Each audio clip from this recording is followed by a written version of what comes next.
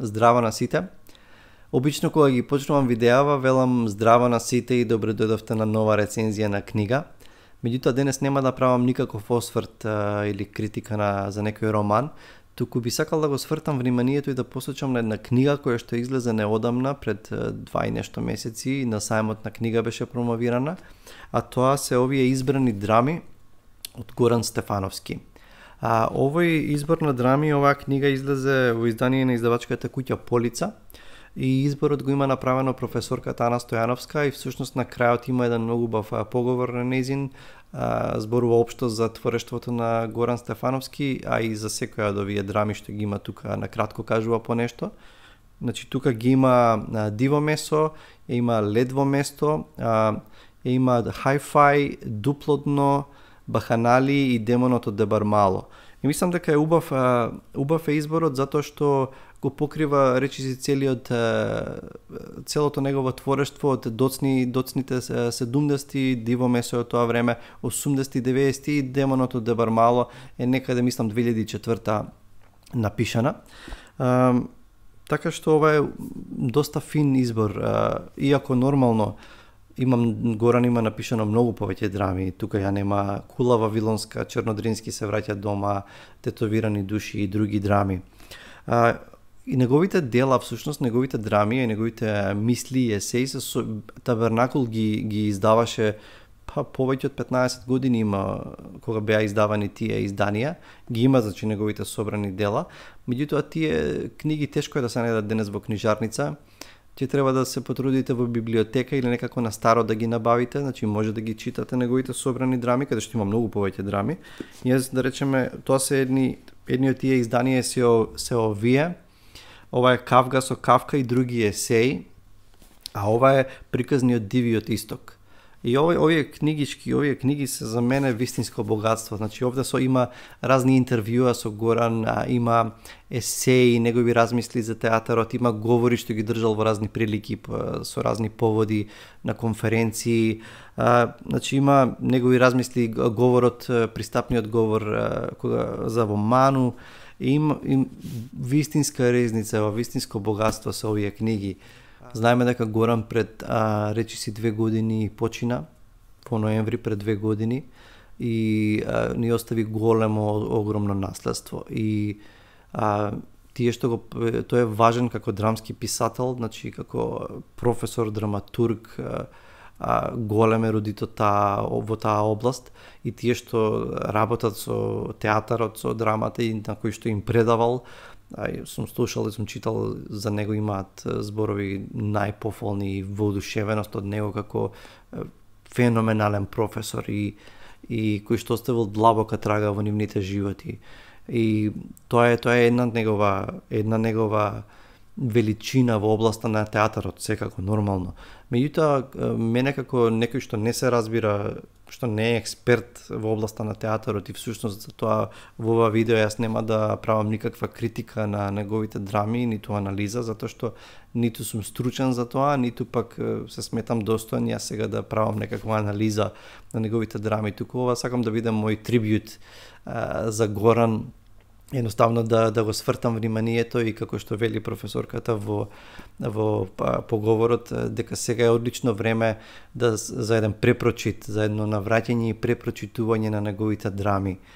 Од друга страна, Горан е за мене важен исто како има еден термин public intellectual, значи јавен интелектуалец, значи човек со огромна ерудиција и човек кој што е важен не само за театарот, туку и за културата општо, за македонската култура, за македонскиот јазик, тоа постојано се потенцира.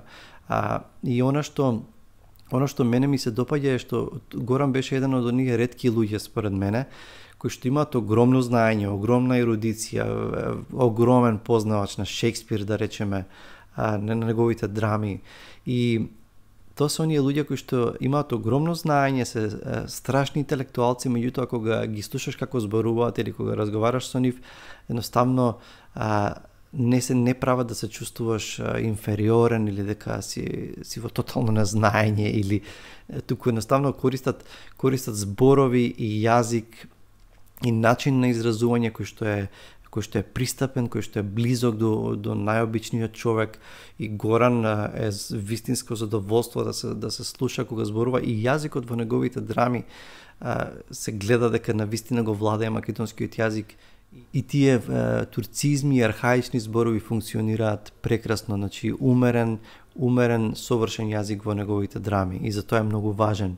И во таа смисла мислам дека беше еден од најголемите македонски интелектуалци и на кој што вреди да му се навратиме. Значи не само на неговите драми, секако на драмите, меѓутоа на неговите есеи, на неговите мисли, особено кога станува збор за идентитетот, за културата.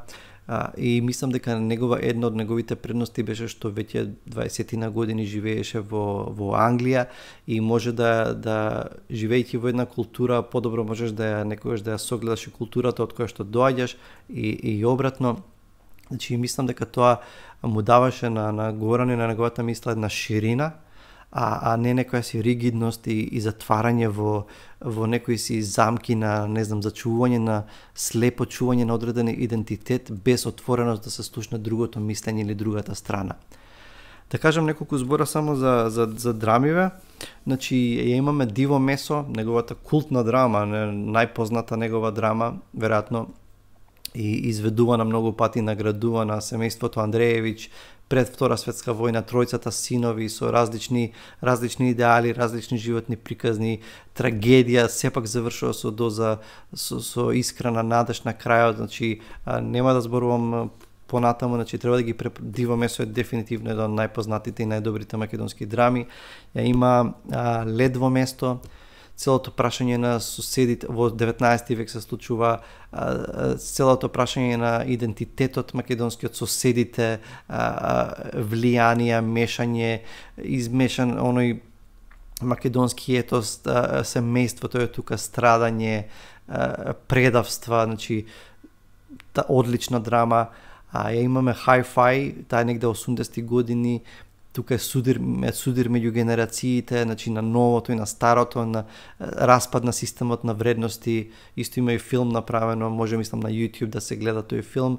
Има Дупло дно, односот три сцени, една во сегашно време 80-ти години, една во далечна иднина, една пред некои си 180 до 100 години, односот меѓу уметникот и државата и власта, моќта. Има Баханали, таа е од некаде 90-ти пишувана, и целата идеја правена е според Бакхиот Еврипид, и целата идеја за богот Дионис, кој што е бог на негови квалитети се спонтаноста, ентузијазмот, опиеноста, разузданоста, и таа треба да се чита во контекст на Југославија, на она што се случуваше, каде што Дионис доаѓа и го носи занес, носи лудило, и едноставно тоа помага да се разбере таа драма. И на крајот има демонот од Дебар Мало, негов омаш на Дебар Мало, каде што Горан го поминува детството и младоста. И брутална драма која што буквално денес, ако е пишувана пред 15 на години, многу воопшто не се смениле работите. Нашето брутално го опишува нашето секојдневие, урбаната мафија, борбата за опстанок, и многу добра драма. Значи нема да зборам многу повеќе. Она што сакав да го направам со ова видео е да го свртам вниманието кон творештвото на Горан, кон оваа книга конкретно, во која што има 6 негови драми, меѓутоа општо, значи кон неговото творештво, неговите есеи, интервјуа, затоа што мислам дека е релевантен, важен да го слушнеме што има да каже, особено кога се отворени сите тие прашања на нашиот идентитет, борба на нашата култура. Мислам дека Горан има што да ни каже и допрва неговите зборови ќе ни зборуваат лично како поединци и како народ. Така што ви ја препорачувам оваа книга со драми од Горан Стефановски. Ве поздравувам, чувајте се и се гледаме со наредно видео. Поздрав и чао!